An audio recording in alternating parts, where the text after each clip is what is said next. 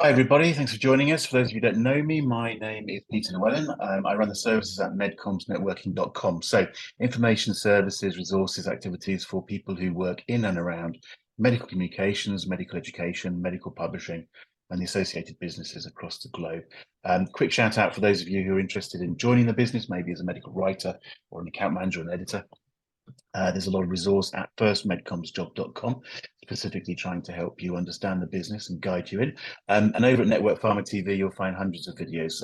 Everybody will find some useful content over there. There's videos on all manner of matters related to MedComms and the associated businesses. I'm just having a bit of fun at the moment. I'm talking to people around the world and talking to them about their own personal journeys and what they're doing in MedComms. So my so-called MedComms stories. Delighted today to be joined by Michele, beaming in from New York. So Michele, just I won't steal your thunder. You tell us who you are and where you are, and then I'd like to talk to you about your journey into MedComms. So where are you at the moment? Thank you for having me. So my name is Michele Springer. I work for a company called Caudex, which is an IPG health company. We have offices in the United States, based out of New York. That's the office I'm affiliated with. We have an office in Toronto and then one in the UK as well. And I Excellent. am Okay, the just give us Deputy a Director of Medical Editing. excellent, excellent. Okay, let's get that in. And just briefly, people can look up Caudex and IPG, but just give us a sense of the scale. You said offices in the US and UK, but just give us a sort of numbers. How many people are in a company like Caudex, for instance? A couple hundred in Caudex. A little hard to tell now with us working remotely in so many locations, but Right, right. yeah, not huge, but not small either. Okay, but then IPG beyond that is a much, much bigger Yes, organization, IPG isn't is it? much bigger. Okay. All right. So look, we'll talk a bit more about that maybe a bit later on. But what I'm interested in is your background, how you came into MedComms, how did you find MedComms, how did you come into MedComms? So take us back to the beginning and tell us where it all started. Yeah, so I made the transition into MedComms about 13 years ago. I've been with Caudex for the last 10 years, and then I worked for another agency for 3 years before that. And honestly, I found my way into MedComms, I would say sort of accidentally.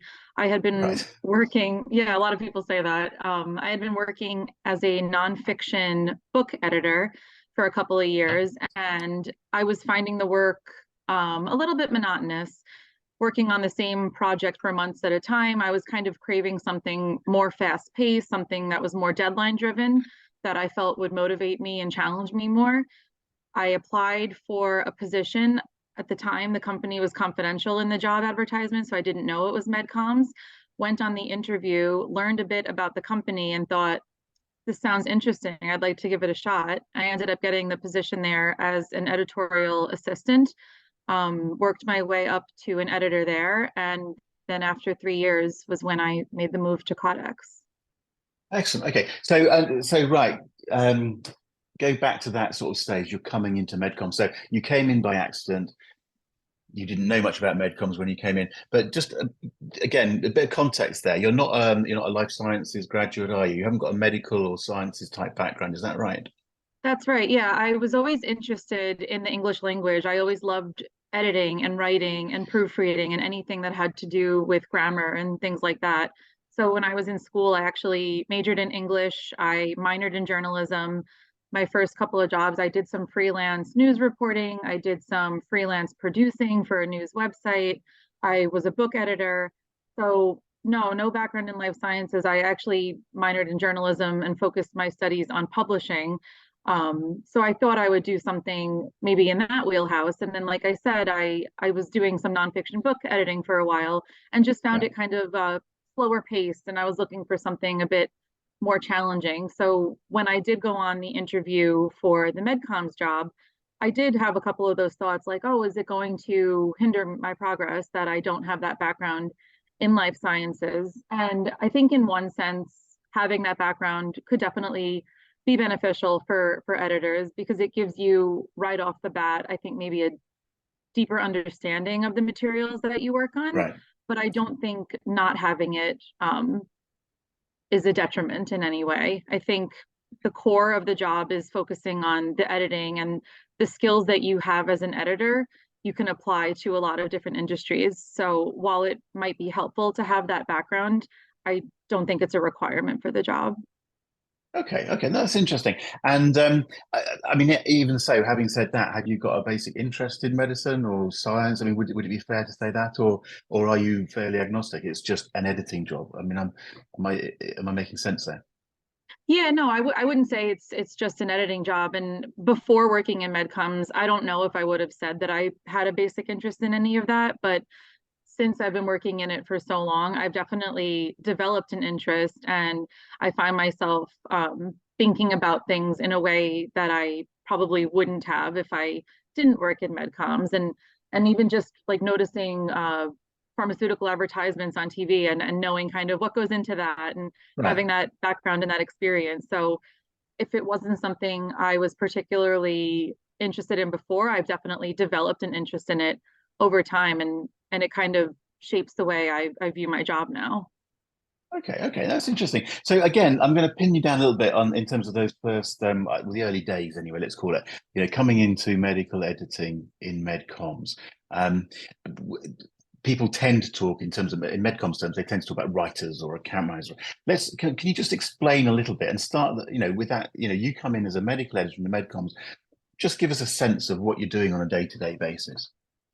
Yeah, so it's funny because this is something I find that I explain a lot to my family and friends because they hear, oh, well, Michelle's an editor. And I think people just picture you with your red pencil marking things up. So the way I like to explain it to people who aren't really familiar with MedComs is that we work with pharmaceutical companies to get their information out there. And as an editor, that involves a lot of editing abstracts, editing manuscripts, styling them to make sure that they meet specific requirements, checking requirements, being familiar with things like guidelines, regulations, copyright laws, just being like the source Right. of knowledge on that, advising our teams.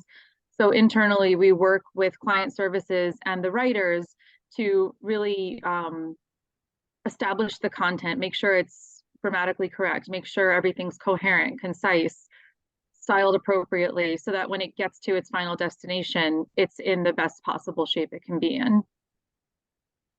Okay, okay, which covers a lot of ground and is obviously quite important because I mean, it's a very flippant thing to say, isn't it? But I guess many of us do make this sort of comment from time to time. You know, if you're producing an article about a medicine or something, you know, it's quite important where the full stops go, sort of thing, in dosages and things like that. And it's from outside can often not entirely fully appreciate the amount of work that goes into making sure the quality control is absolutely right, and it's far more than just the grammar, the style, or whatever. It's there's that level of detail as well required.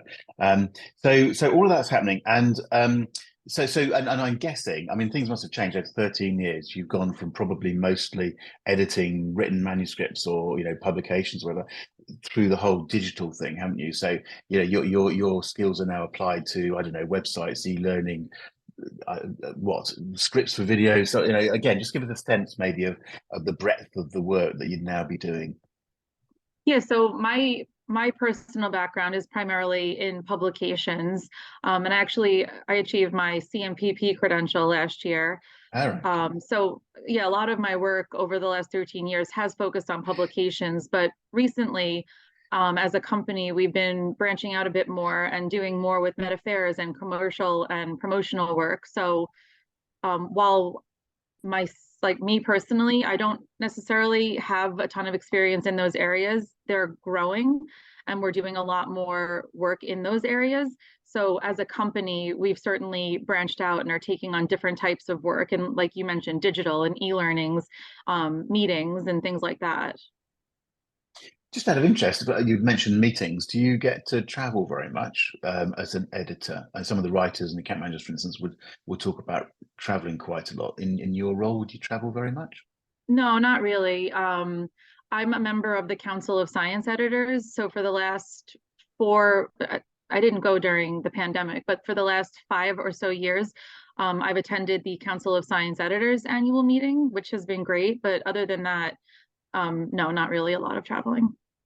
Okay, okay. Which I mean, and again, I'm just sort of thinking the sort of people trying to understand the different roles within MedCom. So, some people like the traveling and maybe writing and account management or whatever. but if some people don't like traveling, and maybe the editorial side maybe appeals from that sort of point of view. I know it's far more complicated than that, but I'm just trying to draw out some differences between the roles, sort of thing. I just did think, as you were saying there, CMPP, we should just explain, is essentially, I'm probably going to get this wrong, but it's certified Uh, medical publications professional, isn't it? yes. From ISMAP, basically. Yep. So it's a sort of a professional certification. It's more about the ethics of publication planning than actually editing or writing, isn't it? I think that's probably a fair thing to say. So it means you understand publications and publication planning. So yeah, the That's planning, the process, implementation, things like that. Okay. So so let's just think a little bit about the fact that you've now got a team of people. Yeah, sorry, and again, maybe I think you said that, but I might have just jumped to that one. So tell us what your position at the moment. You're in a position now where you have a team of editors. I think you're right. I'm right in saying they're remotely working with you. So just say a few words. Sorry, I've lost track of whether this is me remembering from previously when we talked, or whether it's me remembering from 10 minutes ago. Just explain the setup at the moment. You're running a team now, aren't you? Yeah, so I work with the VP of editorial, the editorial director, and together we manage the team of editors based in the United States and in the United Kingdom. So together we kind of craft the forward vision for the editorial team. Under her direction, we figure out what our goals for the team are, where we want to take the team next. Making sure everyone is aware of developments in the industry, and just working with our team to make sure everyone is delivering the best possible quality from day to day, and supporting them when we have busy times, helping each other out when certain accounts are busier than others. So it's a really great team to work with. What, half a dozen of you or so in the team, isn't it? Yes. Okay. Overall, probably closer to about 12 right now, and then right. I manage 4 people. I'm with you. Okay, yeah. Okay, so and so, just out of interest, from that point of view, managing a team of editors, what's the sort of training like for an editor? How much of that is in-house training? And I'm going to go on to ask, what are you looking for somebody coming into the business, sort of thing? Just talk a little bit about that. Yeah, so it depends what level people are coming in at. If they're coming in at an entry level, or if they're coming in at a more senior level. But for those coming in at entry level, we have a really great in-house training program that provides training and hands-on activities, great mentoring program, great review system to really get people the experience and the knowledge that they need in order to be able to work on their own within a year of starting with the company. Okay, and just give me a little bit more of a sense of what people are going to be doing in terms of this training. But I'm particularly interested in the entry level, right?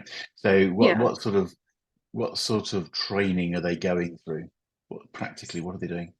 Yeah, so some of it is sitting in on sessions, learning about copyright and what it is and when we need to get it, learning about ethics and how they apply to what we do, learning about good publication practices and things like that. And then other is hands-on, so editing example abstracts or sample manuscripts, and then having those reviewed by a more experienced editor, reviewing the feedback and understanding exactly what we're looking for, reviewing style guides, because those differ between different accounts, and becoming really familiar with the house style, and then also a specific client style, depending on which account you'll be working on. So it's a lot of things like that. And again, this is the sort of thing we covered quite a lot of ground there in those few sentences, actually. But that's one of the things. Again, it's people sometimes are surprised, I think, when they come into the business. Those different styles.